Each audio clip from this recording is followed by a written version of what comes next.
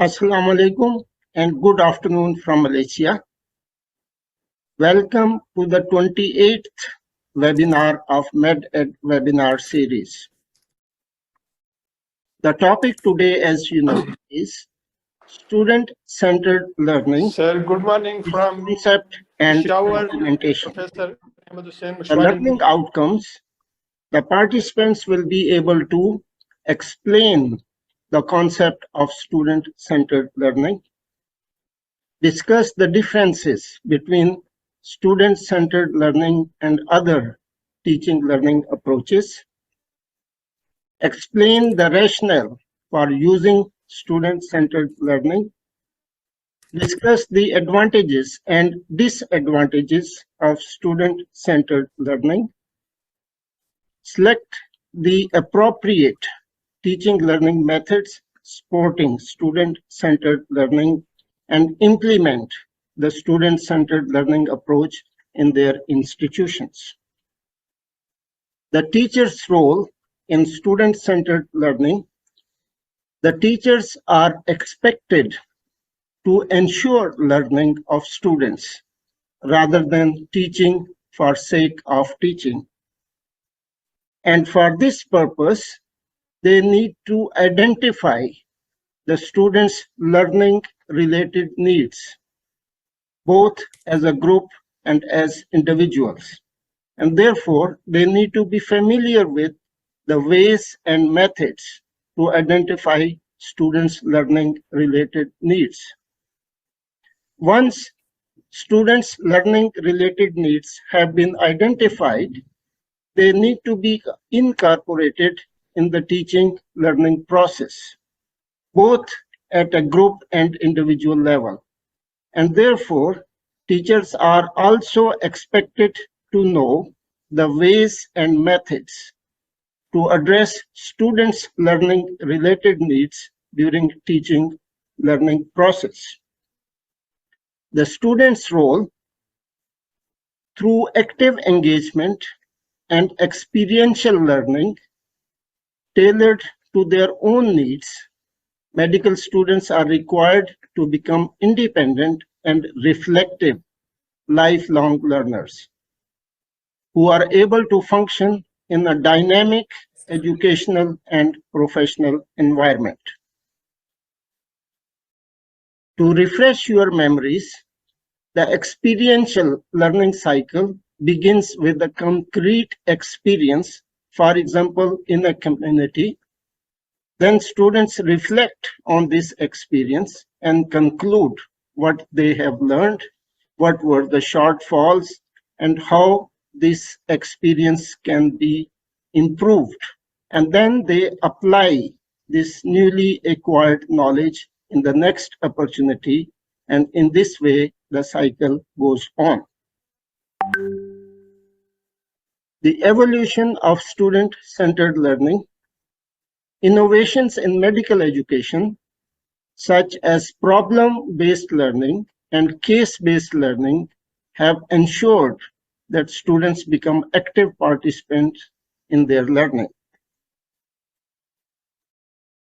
Learning is supposed to be a social process and social event, and therefore involves people in the process, and in this case, the students and teachers.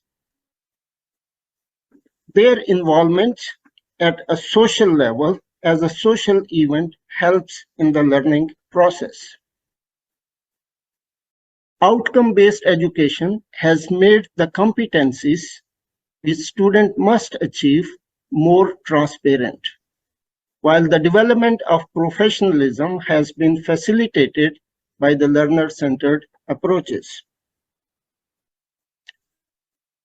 Student-centered learning approach places the students at the center of teaching learning process. Students are given the authority and responsibility to own their learning. Teachers in this system become facilitators of learning, and the goal in this system is to facilitate students' learning by working through students' interests and needs كيف احوالك؟ ان شاء الله كويس. in a process to achieve الحمد لله. the انا identified دخلت لك الصباح learning ده اقول لك outcomes and احنا competencies ناس الجي in the بي في كان curriculum. بيأخرون ورسلت الدراسه بتاعت الدي Therefore, او ار. the learning outcomes and the competencies الجي بي في become the focus of the process, and students are helped to achieve these outcomes. With student-centered learning, students take a more active approach in knowledge acquisition through skills such as thinking, questioning, researching, constructing, and producing. Therefore, students must be taught and trained in these skills. Teach them how to catch the fish rather than give them the fish. Learner-centered does not mean leaving students to their own devices in the lecture theatre, laboratories, clinical areas, or discussion hall.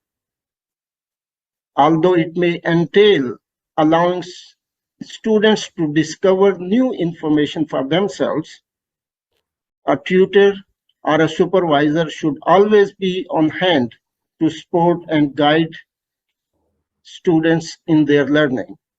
Therefore, helping students when they need the help, and that is the process of scaffolding.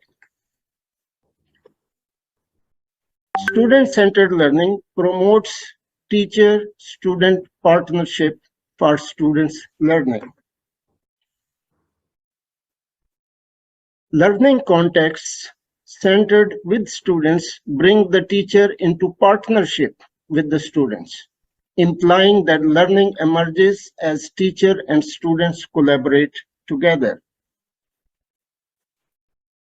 Forging partnerships and relationships between faculty and students will go a long way to developing a mutually agreed upon set of rules.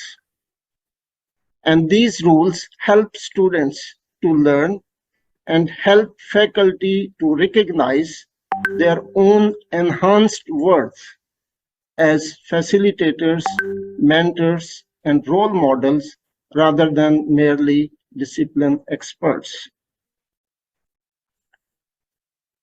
A conducive learning environment free of ridicule and abuse, in which students are sufficiently at ease to ask questions and voice opinions and concerns, should be the minimum standard. A teaching learning example for students as a future teachers. Similarly, if the clinical culture does not integrate and manifest the values that are to be encouraged in students, it will undermine their professional development and will reduce the impact of the curriculum. The lecturers are expected to walk the talk. Characteristics of student-centered learning. A student-centered learning model has four main characteristics: voice of students, choice of students, competency-based progression, and continuous monitoring of students' needs. In the student-centered classroom, the learner requires individualization, interaction, and integration. Individualization ensures that learners are empowered to create or plan their own activities and select their own authentic materials. For example, own learning schedule in parallel running activities, selecting resources from the provided list. Learners interact through team learning and by teaching each other for example, in team-based learning or in peer interaction. Student-centered learning means engaging students, teaching problem-solving skills, and getting students to think about thinking. That is the metacognition. It helps to develop their problem-solving techniques rather than learning the solution to a specific problem. That is addressing the learning styles and generalization from a specific subject to the other issues. Allowing students to have control of their own learning and encouraging collaboration. Teachers work harder than their students. They have to frame and ask questions, add details to students' answers, offer the examples, organize the content, preview and review the materials. Students learn from their classmates. Students learn more by experience and active involvement, that is experiential learning. Students apply new learning to the real life authentic experiences, again as a part of experiential learning. Students receive frequent, directed, or focused and timely feedback. Students are encouraged to explain the experience of themselves to others. Students regularly engage in communication. Students know what they are learning and why they are learning. Students are personalized technology. Students use personalized technology to produce answers or assignments, and a higher degree of engagement is evident. Student-centered learning uses students' prior knowledge, motivates students by giving them some control over learning process, engage students in the process of learning, includes explicit skill instructions, reflect on what they are learning and how they are learning. It encourages collaboration and evaluates students' hypotheses. Student agency is defined as the capacity to set a goal, reflect and act responsibility to effect a change. It is about acting rather than being acted upon, shaping rather than being shaped, and making responsible decisions and choices rather than accepting those determined by others. Based on this, 10 characteristics of student-centered learning include agency, inquiry, collaboration, authenticity, rebellion, productive struggle, goals and accountability, models, reflection, and personal improvement. Teacher-centered versus student-centered learning. The teacher-centered learning is unidirectional, where students are learning from the teacher, whereas student-centered learning is multi-directional. Students are learning from each other as well as from their teacher. Students interact individually or in form of groups with each other. Student-centered learning involves taking into account students' background knowledge, interest, social and cultural values. A teacher-centered learning, no individual accountability, whereas in student-centered learning, individual accountability is important. In teacher-centered learning, responsible to oneself, whereas in student-centered learning, the students and teachers are responsible for each other. In teacher-centered learning, it's a very passive process, whereas student-centered learning is an active process. Follow the course profile versus select and divide the lesson for group work. Try to keep the students in their own seats versus arrange the classroom and assign the work. Provide detailed information versus facilitator of learning. In teacher-centered learning approach, focus is on teaching, teacher, and instructor, whereas in student-centered approach, focus is on the student or learning. Knowledge is transferred from teacher to student versus students construct knowledge through gathering and analyzing information. Teacher talks and students passively listen versus students interact with teacher and each other.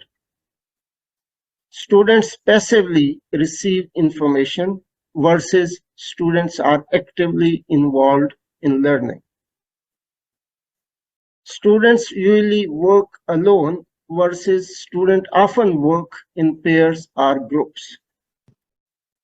In teacher-centered approach, culture is competitive, whereas in student-centered learning, culture is collaborative and supportive.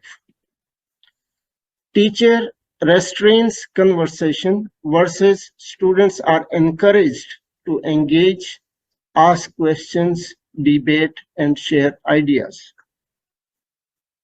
Teacher answers students' questions versus student answer teachers and other students' questions.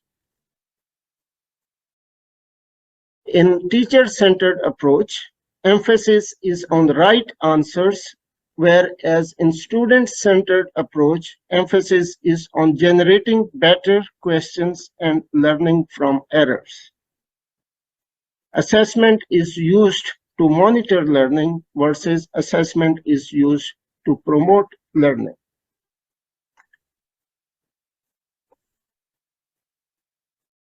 How the learning takes place? In teacher-centered approach is through listening, reading, independent learning, often in competition for grades. Whereas in student-centered learning, learners construct knowledge by integrating new learning into what they already know. That is the theory of constructivism. Learning is viewed as a cognitive and social act. As we have mentioned earlier, being a social act needs involvement of both students and the teachers. Pedagogy in teacher-centered based on delivery of information, whereas in learner-centered based on engagement of learners. Course delivery in teacher-centered is through lectures, assignments, and examinations for summative purposes. In learner-centered, it is active learning, assignment for formative purposes, collaborative learning, community service learning, cooperative learning, online, asynchronous, self-directed learning and problem-based learning. The effective teaching in teacher-centered learning means teaching present the information well, and those who can will learn. Whereas in learner-centered, the teachers are expected to engage learners in their learning, help all learners master learning objectives, use classroom assessment to improve courses, and use program assessment to improve programs. Means that this process not only helps in improving the students, but also in improving the programs and the assessment process. In the teacher-centered learning, the classroom remains orderly. Students are quiet and teacher retains the full control of the classroom and its activities. The teacher does not have to worry about students missing an important topic because he or she directs the classroom activities. On the other hand, teacher-centered instructions can be boring for the students. Their minds might wander and they may overlook important facts. Teacher-centered instructions do not allow students to express themselves, ask questions, and direct their own learning. When students learn alone, as it happens in teacher-centered learning, they do not learn to collaborate with other students, and their communication skills can be affected. Let's look at the advantages and disadvantages of student-centered learning. Student-centered learning permits opportunities to connect to the content to the real life,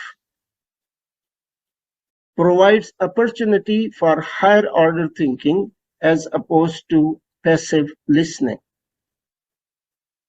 promotes greater student-faculty and student-student interaction, increases student retention in the institution, improve students' self-esteem, a very important aspect of student development, provides for improvement of social interaction skills, greater acceptance of others, and a greater sense of community in the class, another very important aspect of student development, encourages alternative forms of assessment, and encourages innovation in both teaching and student involvement. The disadvantages: student-centered learning is difficult to implement with many students, takes more time for learning to occur, it is time and resource dependent, it may not be effective in all domains, and lack of teacher control or organization in the class or the program. How to implement student-centered learning? The institution's role. The institutional commitment is the most important aspect of any new implementation of new program or any change in the existing teaching program. So institutional goals and resources are crucial for success of any approach. Universities should really consider teaching as an important element in their mission and set up a system where both good teachers and good learners are developed. Do not take teaching learning for granted, which is the situation in some of the institutions at present. Large research-intensive universities never accept mediocre researchers. They are often willing to employ incompetent teachers. This clearly sends a message to students about the institutional priorities. Learner-centered education pays careful attention to the background of the students, to the knowledge, skills, attitudes, and beliefs the learners bring to the educational setting. Learner-centered education can be fostered through a practice called diagnostic teaching or the need analysis. For this purpose, teachers observe students, ask questions, talk to them, and reflect on the students' products in order to assess prior knowledge and misconception. Here, I may share one of my experiences while conducting OSCE. I found that students were not reading the question carefully.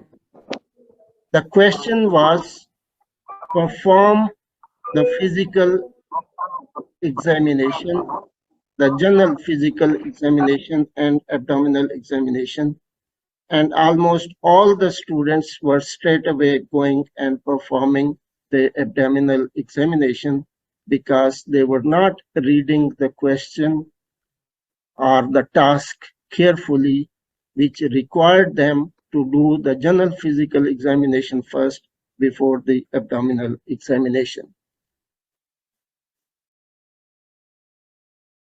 Teachers design instructions to engage students in cognitive conflict, create a situation where students have to assimilate the new knowledge through comparison.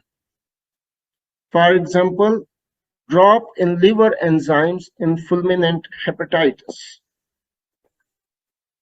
Normally, we would teach that in hepatitis, the liver enzymes would increase. But in a situation of fulminant hepatitis, the liver enzymes would drop. So this is a cognitive conflict, and students have to analyze this information and learn from it. Learner-centered education also focus on language and cultural sensitivity. Students may enter the class with different previous experiences, cultural values, beliefs, and ways of speaking. Teachers must be aware of this diversity and design instructions to work with students' background and modes of communication. For example, students coming from a traditional teaching program in their schools and now being exposed to a new method of teaching learning that is a problem-based learning. So this creates confusion among the students, and some of them think that teachers are transferring their responsibilities to the students.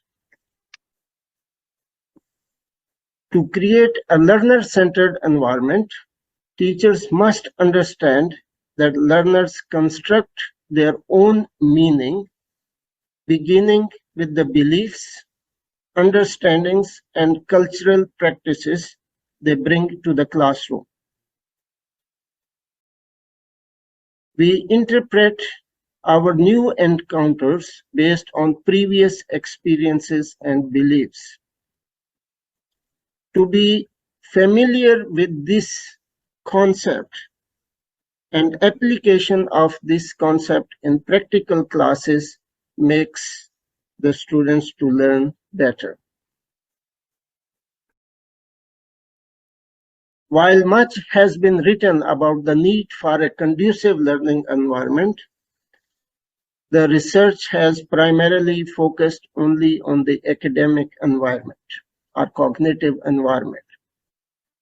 In a truly learner-centered view, this environment should include all aspects of learner's being, including the physiological, psychological, and social factors. The curriculum should offer time for students to pursue hobbies and to socialize within and outside the faculty. In order to foster an atmosphere of trust and mutual cooperation, the faculties should schedule social activities that allow students and staff to interact informally but professionally. Although many programs permit students to evaluate courses at the end of a term, this comes too late for teachers to institute changes. Thus, midstream evaluation of courses are seen as more useful. Students should also be able to give constructive criticism and suggestions to improve rather than merely air their grievances.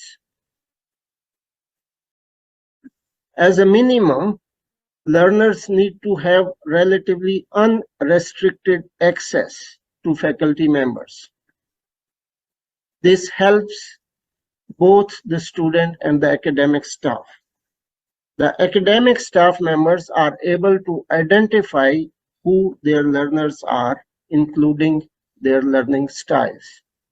In one of our institutions, we have fixed half an hour every day where students can come and see the lecturers without any prior appointment.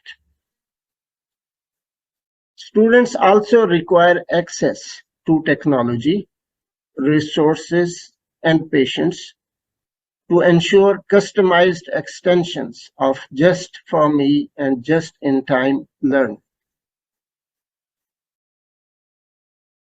Flexibility in learning programs and timetables with students' input is very important for successful implementation of student-centered learning. The asynchronous teaching sessions, the availability of video recording of these teaching sessions, the WhatsApp groups, discussion groups, or dashboards, these are the opportunities for students to learn at their own convenient time. The flexible learning formats blends online and face-to-face learning, giving students the opportunity to determine their own place of learning. For example, a face-to-face teaching session can also be shown online. So students who cannot make to the class can attend that session at their present location. This helps in our clinical posting when students are at different hospitals at different locations. So lecturer can deliver a session to a group of students face to face, whereas other students in other locations can attend that session online. The choices for students, the choice of selecting a parallel running modules or postings. For example, if in 5 or 6 postings running parallel, students may given a choice to select the sequence of postings they want to follow. Students may be given a choice to choose a hospital for their clinical posting when multiple hospitals are being used for teaching. Students can be given a choice to choose their supervisor. Students can be given an opportunity to choose their mentor, their PBL or small group, or a topic by a group of students for discussion or revision. Of course, there would be terms and conditions apply in these choices. Exit opportunity should be provided to students who may not reach their full potential, or perhaps those who on reflection have decided that medicine may no longer be their ambition. In a truly learner-centered curriculum, there should be a career exit points, and guidance should be offered in terms of how newly acquired knowledge and skills may be used vocationally. For example, exit at the end of preclinical level. In our institution, the opportunity is available for MBBS students to change to Bachelor in Biomedical Sciences. The teaching learning methods for student-centered learning. Learner-centered methods of content delivery should allow students the opportunity to control their learning, as what happens in problem-based learning, in project-based learning, or in self-directed learning. Being involved in projects, it has been reported, the projects which benefited the community, such as establishing a pediatric outpatient clinic or a speech and language therapy clinic, enhanced the knowledge of medical students and therapists in training, respectively. The other methods which are appropriate for student-centered learning include small group work, classroom discussions, projects, presentations, games, debates, role plays, case studies, team-based learning, problem-based learning, etc. Learner-centered teaching does not imply a single teaching method. It emphasizes a variety of methods that shift the role of teachers from givers of information to facilitators of student learning. From interactive lectures to team-based learning to activities to field experiences, coaching, simulation, case studies, and peer-to-peer learning are different methods which can be used in student-centered learning. Student-centered methods may be incorporated into the traditional delivery formats, which is a concept of flipped classroom.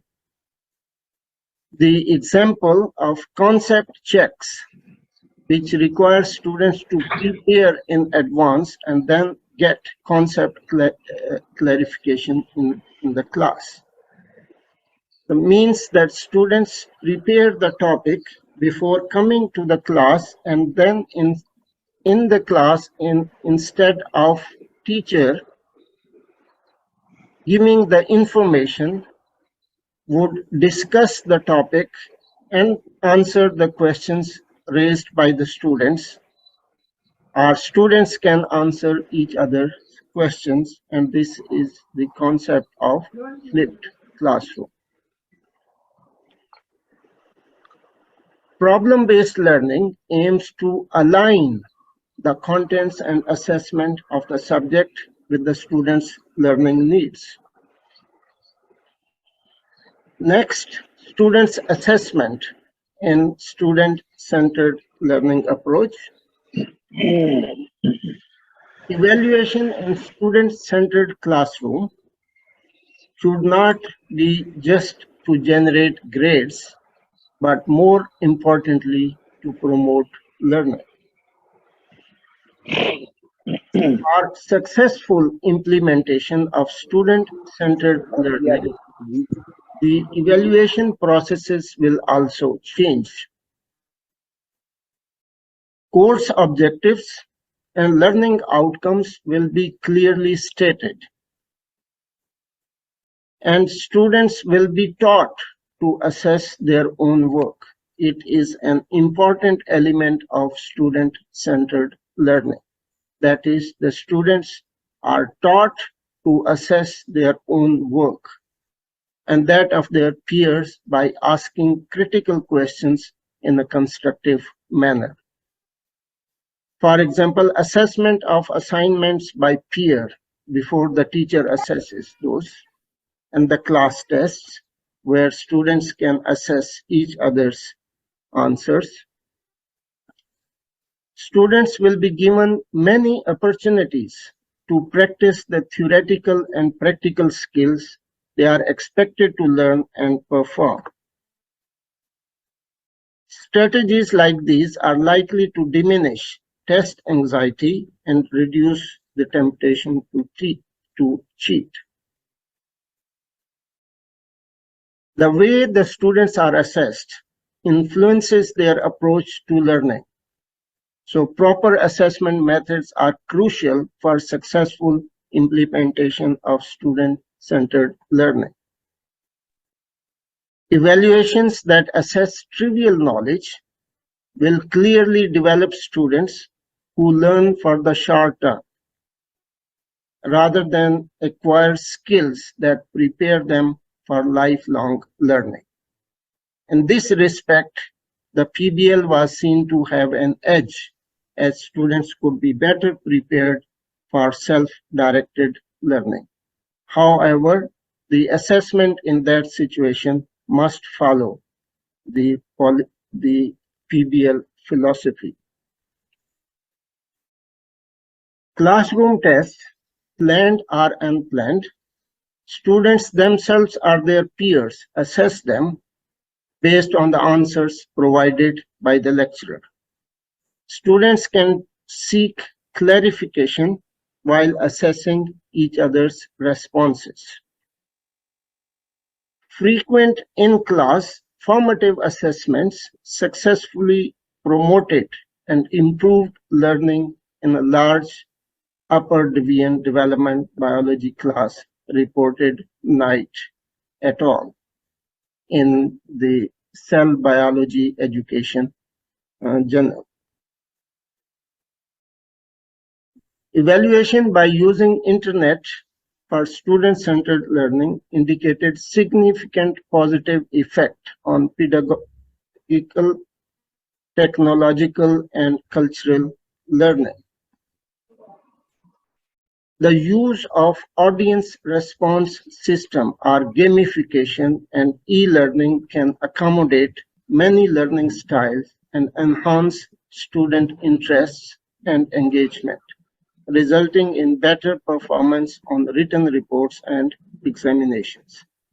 Both these reports indicate the use of modern facilities with which the students are more familiar with and are excited to use. Challenges in implementation of student-centered learning. Student-centered learning is often understood differently by different people, and the differences are even more salient in higher education, where there are some very strong advocates and vocal critics. Qualitative research with students and faculty from a large private university in the Philippines shows some interesting points.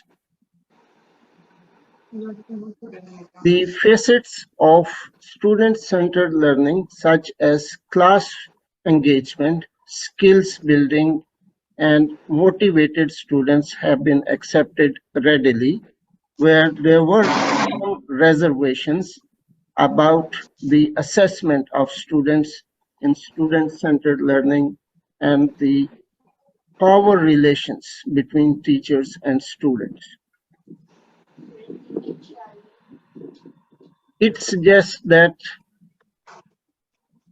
the student-centered learning is viewed in this study as reduced to effective classroom practices. So this means the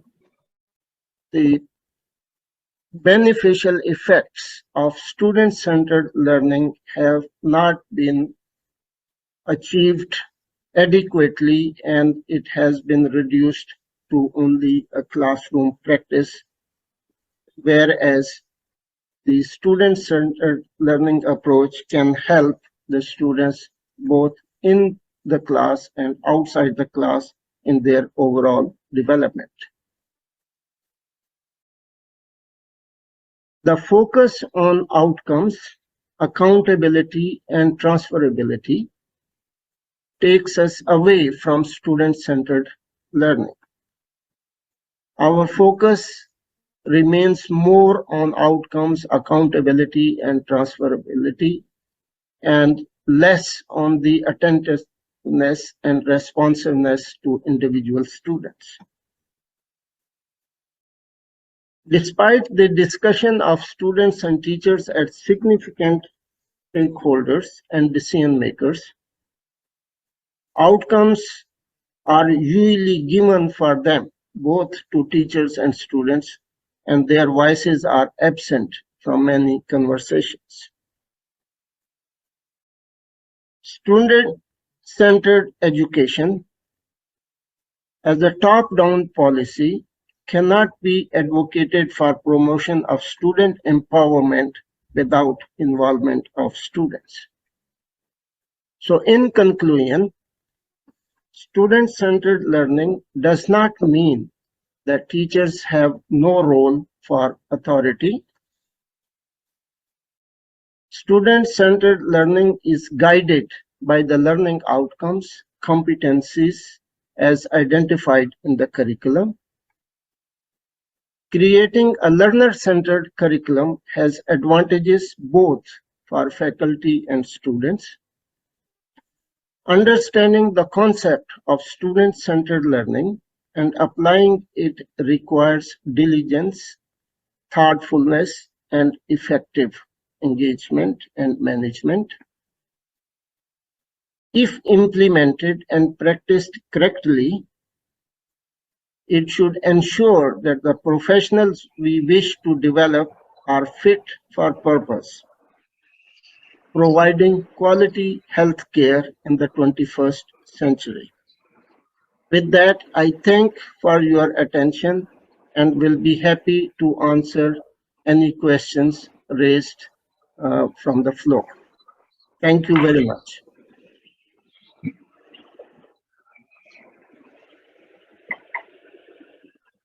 Yes, any questions, please?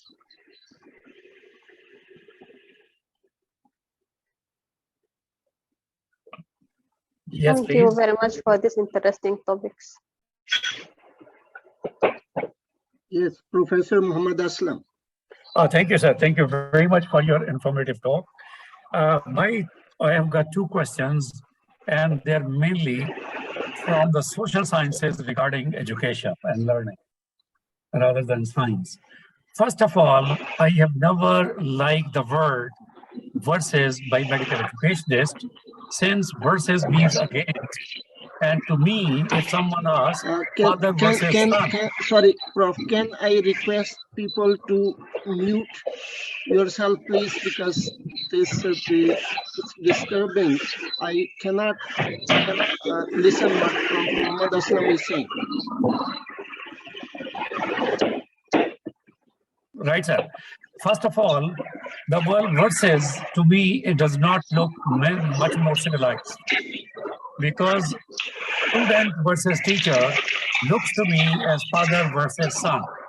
Can medical educationists sit together and devise a new civilized and cultured word than versus, because the objective of father and son, a student and a teacher, they are the same. That is one. Point My taken, second, Prof. Point my taken very second, seriously. my second Please, question would be, please mute yourself. The noise is disturbing.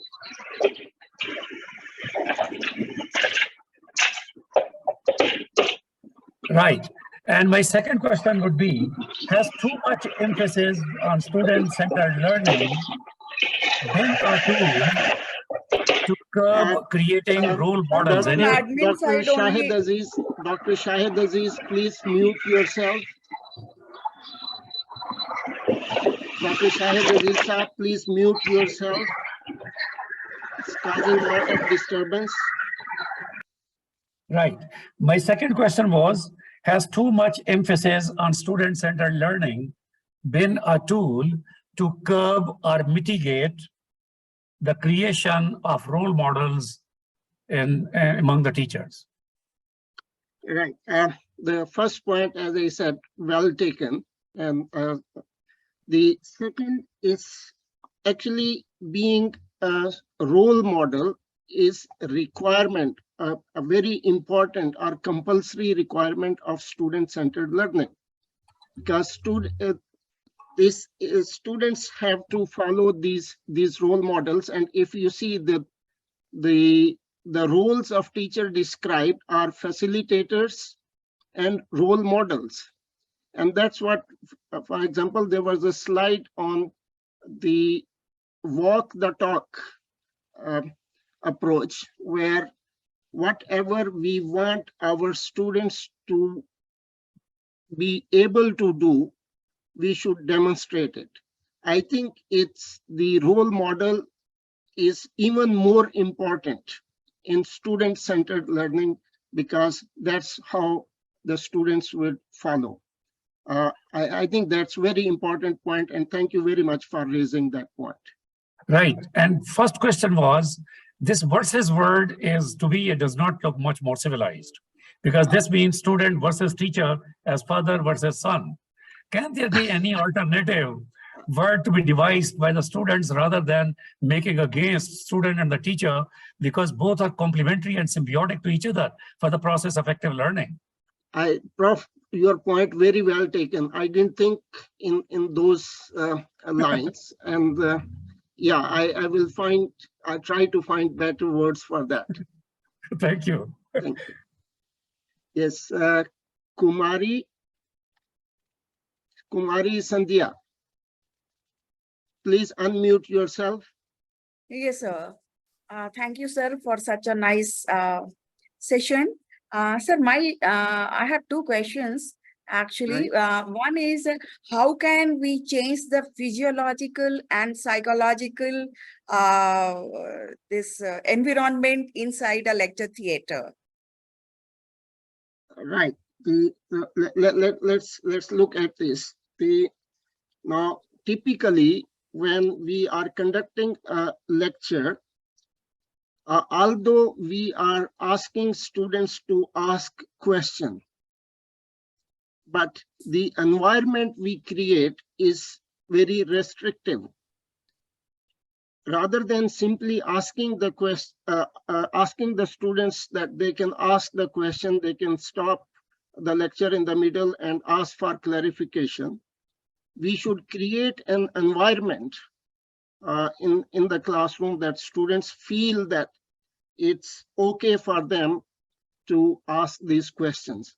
So basically creating a more like friendly and, as I said, student-centered environment in the class, and rather than having a strict control over the anything happening in the class, we can give a bit freedom to the students so that they feel free.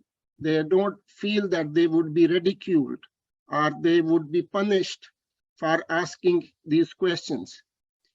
And you see, many of the students would come to you to ask the questions at the end of the class because they feel intimidated for asking these questions during the session. And sometimes they might have questions which would benefit all other students. So we should encourage students to feel free of asking these questions in the classroom, or even give their comments, or even express that they have not understood what was said, and the teacher may be requested to elaborate on that. That's what it means. Okay, got it, sir. Yeah, It means they should come in a very comfortable zone, mentally right. and psychologically. That's right. Okay. They should feel that they are being welcome Yes, sir. in the class, and lecturer should not feel that he has been forced to give this session and he just want to give that session and get rid of that. Okay, sir. And sir, my next question is that you told at one place that giving option for biomedical science to MBBS students are in the after the this preclinical phase. So it is based on which factor? Actually, this is, I'm sure all of us are aware that some students, after getting admission into the medical school, they feel that they cannot cope, or they feel that this is not the right choice for them. And then they have to leave the course and just wasting all the time and money and energy they have spent during that period. But if we create exit opportunities, as I gave the example, let's say at the end of preclinical or first 2 years, that the students who feel that they cannot continue in medicine, they should be given the alternate choices. And the example I was giving was in our institution, students may opt changing from MBBS to, let's say, bachelor in biomedical sciences, are going to pharmacy courses, the relevant courses where whatever they have learned during those 2 years is still usable. So that's giving the opportunity to students and creating this flexibility that yes, that it's okay if one feels that they don't want to continue in medicine, but they can still be accommodated in other programs where whatever they have learned in medicine would still be useful. Okay, sir. Thank you, sir. Got it. Right. Dr. Asim. Yes, hi sir, how are you? Great. Alhamdulillah, I'm fine. Yeah, mashallah. Wallahi, really, it's very amazing, and I believe that you have touched the future of learning in the whole world. As all of us, we know that there are huge transformational changes that are currently going on very fast and rapid. And this encompasses not only the methods of learning and going away from the pedagogical teaching methodologies to recent advancement in different methods and approaches that has been deployed in medical education, biomedical education, pharmacy, dental, and medicine, etc. For example, people moved from pedagogical traditional learning into problem-based learning quite 50 years ago. And then they moved into a new era of group discussion learning, which is team-based learning. And currently, the people use innovative technology to enforce the course learning outcome and the attributes of learning into the process of teaching. For example, currently people, they use audience response system It's many software around used in different ways, and they have many characteristic features.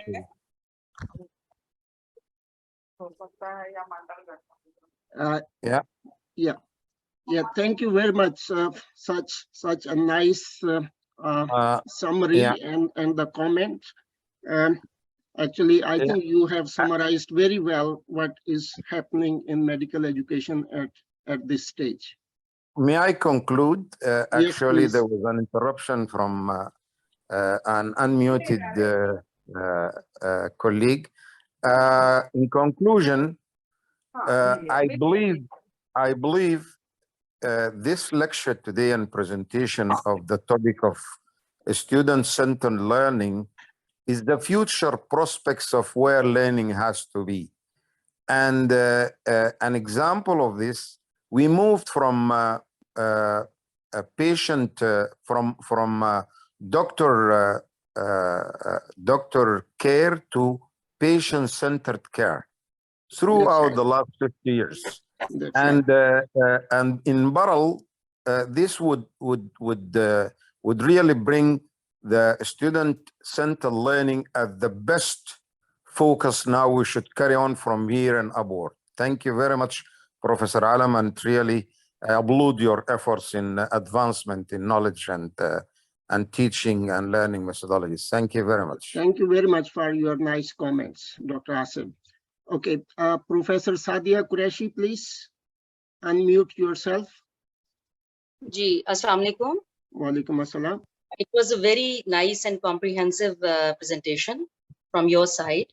I have few questions regarding the student-centered learning methodology of teaching. Right. One is that in our country, I belong to Pakistan and I'm heading biochemistry department at Rashid Latif Medical College at Pakistan, Lahore. Right. So one thing is that, sir, in student-centered learning hai, in this learning, we are bound to the key point to this learning methodology is what and when to study. This is a choice of the student. One thing, if we give this choice to the student, then how can we manage the flow of the course and the content which are to be covered in a curriculum which is provided by a university to which we are affiliated? Second, you said that we can give them a choice to change their program, but we are actually bound to the policies of the university with which we are affiliated, and the University of Health Sciences does not give this choice of shifting from MBBS to biotechnology. Thirdly, if a subject like biochemistry, where the students are entering the profession without their pre-clinical concepts and courses, actually the students enter in MBBS after FSC, and they do not cover these subjects in pre-clinical subjects. So they will enter the field with just like a layman, and they do not have the basic concepts of the subject. Biochemistry is a complex subject with complex concepts.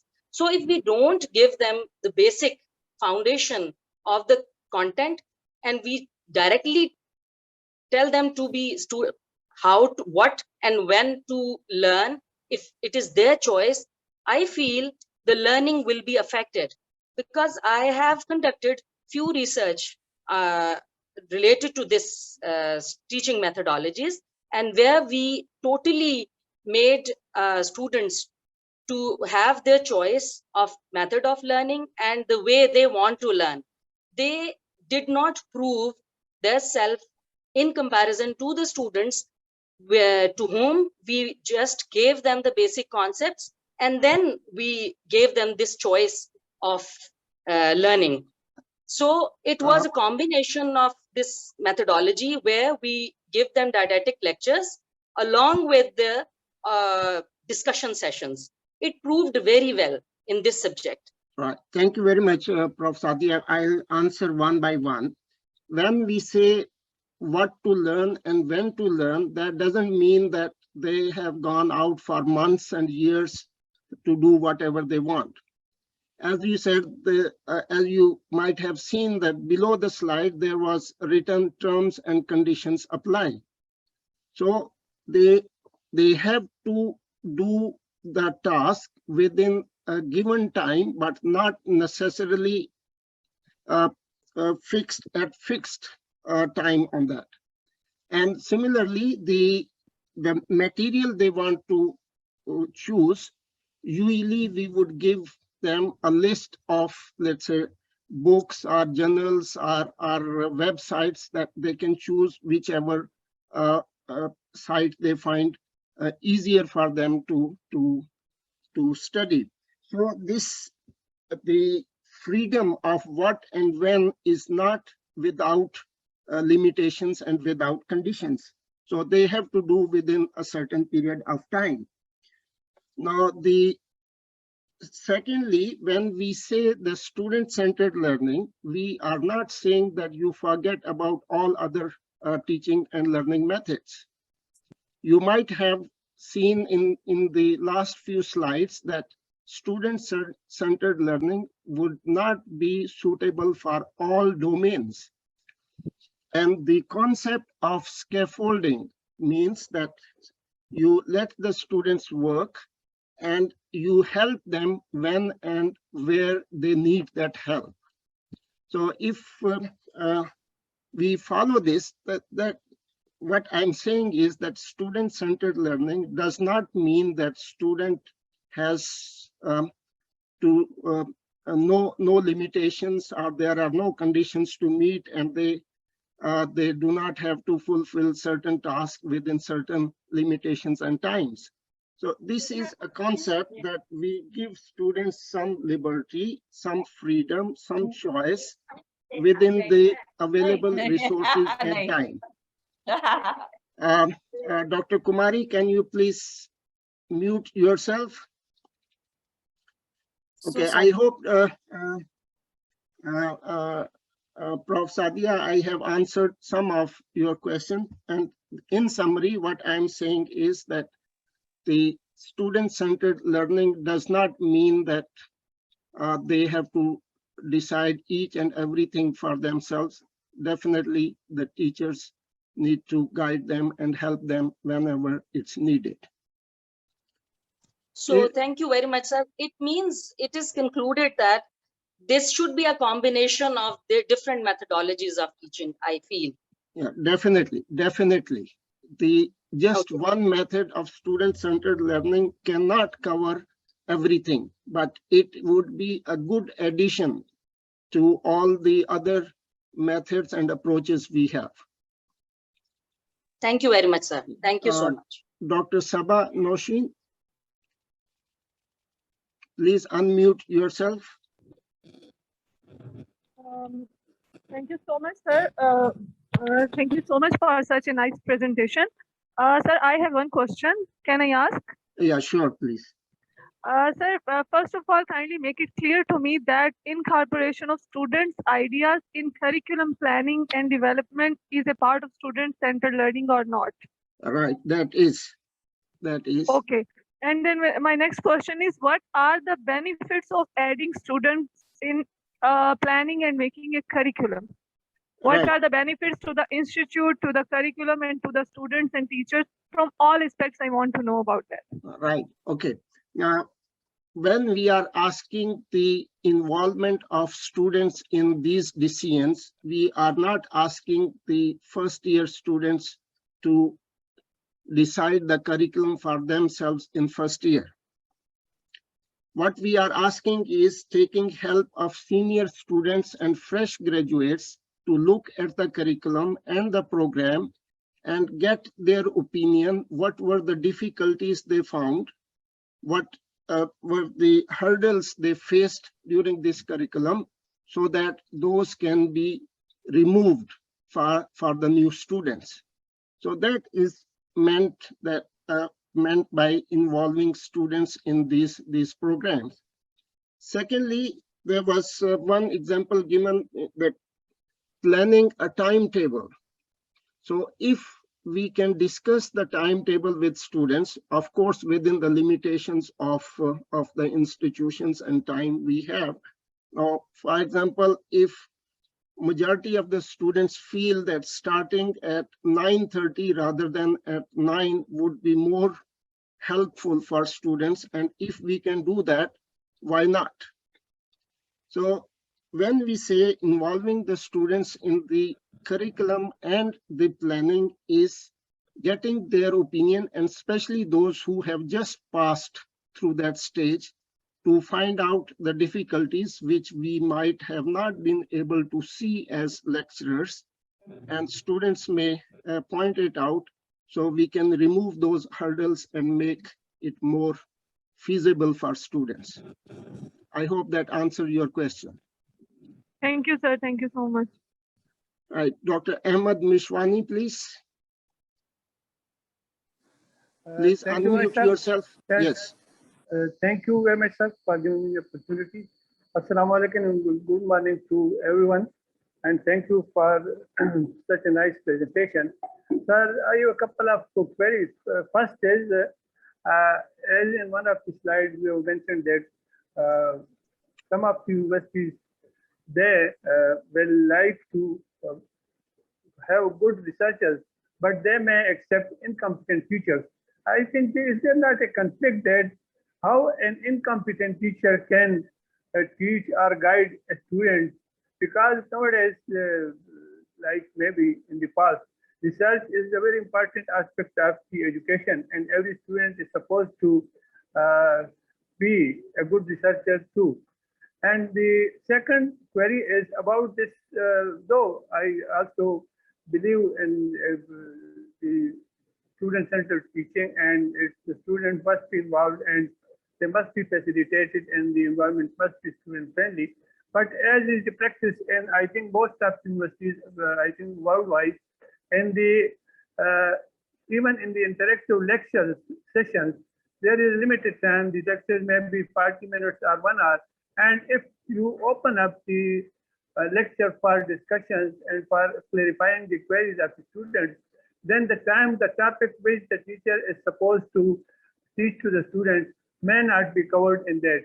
Of course, during a tutorial or a small group discussion or presentation or things like that, it may be possible to open and give a full chance to the students. But otherwise, frequent interruption in the lecture may not be, I think, very much practicable. And the other is that— Thank you, sir. Let me answer these two questions first. Okay, sir. Now of course, research is very important. Nobody is denying that. But what I am saying is that while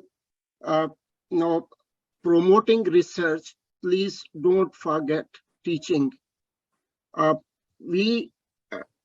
In many universities, you would feel that it is understood.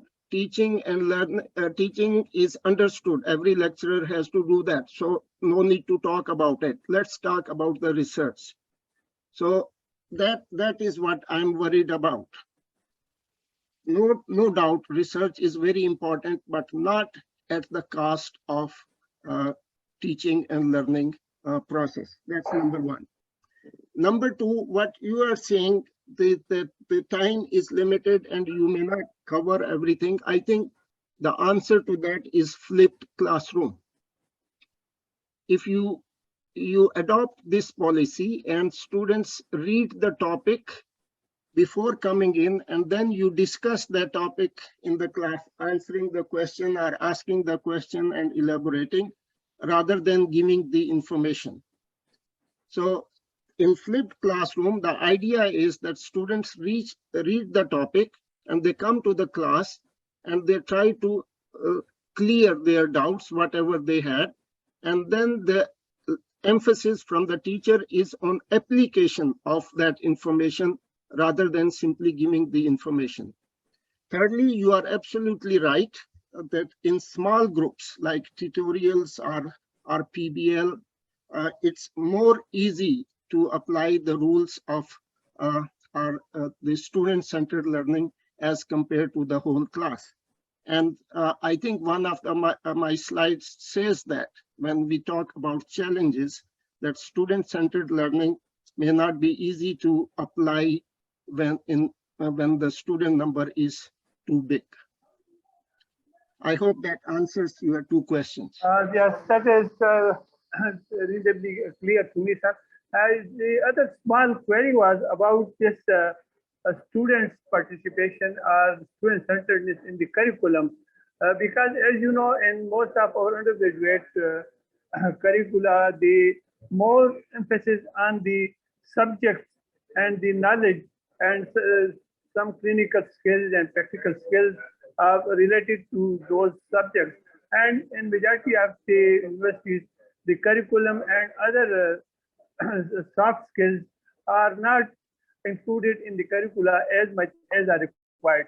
So, Dr. Ahmed, let me give you an example. You ask a first, you ask a fresh internist or fresh house officer that what are the things they are facing when they are starting their house job and were they trained for that? And you will get a very good feedback that what are the things which should have been included in the curriculum and in the training. And that's what it means that involving students in the curriculum and implementation program, just getting feedback from them and seeing what we have missed during their time. Right? You are right, but I will agree to add a small point to it also, that even if you ask a question from a first or second year student, that what are the problems which you face in some of the lectures, or then they even that student can point out something which can be improved. So that there is no doubt. But as long as this curricula and these subject matters are concerned, as you have already pointed out in previous comments, that these students may not. So it may vary, and certain things definitely can be beneficial, and the students can contribute to them. And thank you very much, sir. Thank you very much. Thank you, sir. Professor Dr. Iram, please. Assalamu alaikum, sir. Sir, my question is, when students come to medical college in first year, they are not used to of this method of student-centered teaching. They become restless and feel that they are not being taught. And they are not, please tell me how to train them. Should we start student-centered learning in the beginning or need to train them for a certain period of time? And one more question, sir. Second question is, not always all students take interest in to participate in the discussion.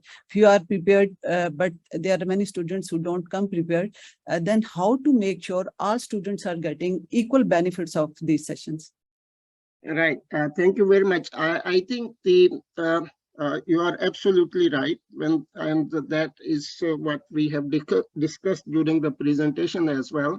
That students coming from schools and at the institutions where they have been taught by didactic lectures and spoon feeding, and suddenly you ask them to be independent and start learning themselves, may be a cultural shock for them. And that's where your initial training would come in. And we are not asking to just change overnight.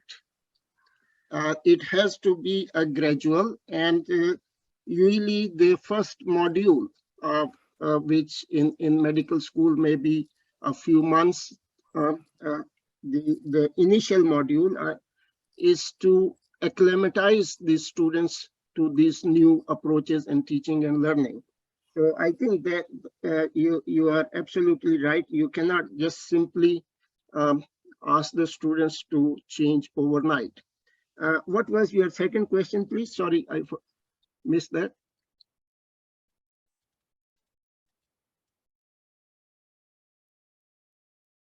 Yes, Dr. Azim, please unmute yourself. Okay, thank you, sir. First of all, I thank for presenting such a good presentation on student learning. Uh, my question is that, as you have said in your presentation, use word accountability in student-centered learning. Will you please explain the role of accountability in student-centered learning? I can't understand. Right, that is a really an important point, and thank you very much for bringing it up. The accountability on the lecturer part and the accountability on the student part. The student-centered learning emphasizes that the learning of the student is responsibility of both students and the teacher. So the concept that the teacher comes to a class, delivers a lecture and leaves and does not bother whether somebody has learned anything or not is not acceptable. So this is the accountability on the part of the lecturer, that they try everything so that students can learn rather than they simply teach. Similarly, the students share this responsibility of learning, and they are accountable for that learning. If we look at the outcome-based education, where outcomes are clearly stated, the teachers are accountable that students achieve those learning outcomes. If, for example, your curriculum says that the students will be able to perform a lumbar puncture by the time they graduate, then student must be able to do that. And the lecturers and the institution is accountable that they make sure that students get an opportunity and learn that. Similarly, if students cannot do that, they should not be allowed to graduate until they learn those skills and attitude and knowledge. And that's what accountability is. In other words, let's say, and maybe it's Ministry of Health or any private institution who employs your graduate, they can ask you back that your curriculum says that these are learning outcomes, but your graduates are not able to do that. That's what it means, the accountability. Sir, then it's very time-consuming accountability procedure. No, it's not time-consuming. You decide your learning outcomes which are feasible to achieve. You do not make your learning outcomes which are not feasible to achieve. And then similarly, this outcome-based education would actually pick up the important points, not the trivial things. So I think it would be very useful for you to think about and read about the outcome-based education, and actually that makes the medical teachers, the medical institutions, and students really accountable to the society. Thank you, sir. Thanks. Okay, Dr. Iram, please. Sir, my second question was, not always all the students take interest to participate in the discussions. Few are prepared, but there are many students who don't come prepared. Then how to make sure that all students are getting equal benefits of these sessions? Right. Now, there are many different ways of handling it. If you look at, for example, the team-based learning, where students are expected to come prepared, or in flipped classroom and they do not come prepared, one is that they would have the peer pressure. Because if we have, for example, the formative assessment based on that, so that group would suffer because of one or those two students, so they would have a peer pressure to come prepared for that. Then second is that whenever we have this the formative assessment or continuous assessment, It includes individual performance as well as group performance. So if you make individual performance score better than the group performance, then those students would come prepared. It may take a little time before they are really used to this approach, and finally, I'm sure they would come prepared in the class. Thank you, sir. Right. Thank you. Any Professor Sadia, you have any other question, please? No, sir. Thank you. Yeah, because you have raised your hand. I'm sorry that I think Right. that is my Yeah. mistake. I think that's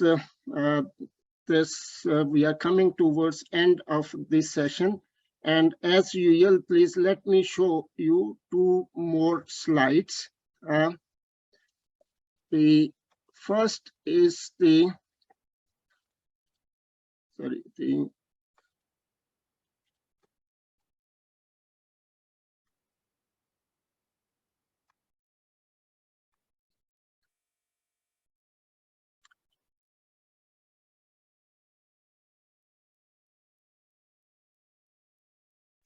The first is about the next webinar, which would be on 23rd of October, and it would be on construction and conduct of multiple parts MEQ.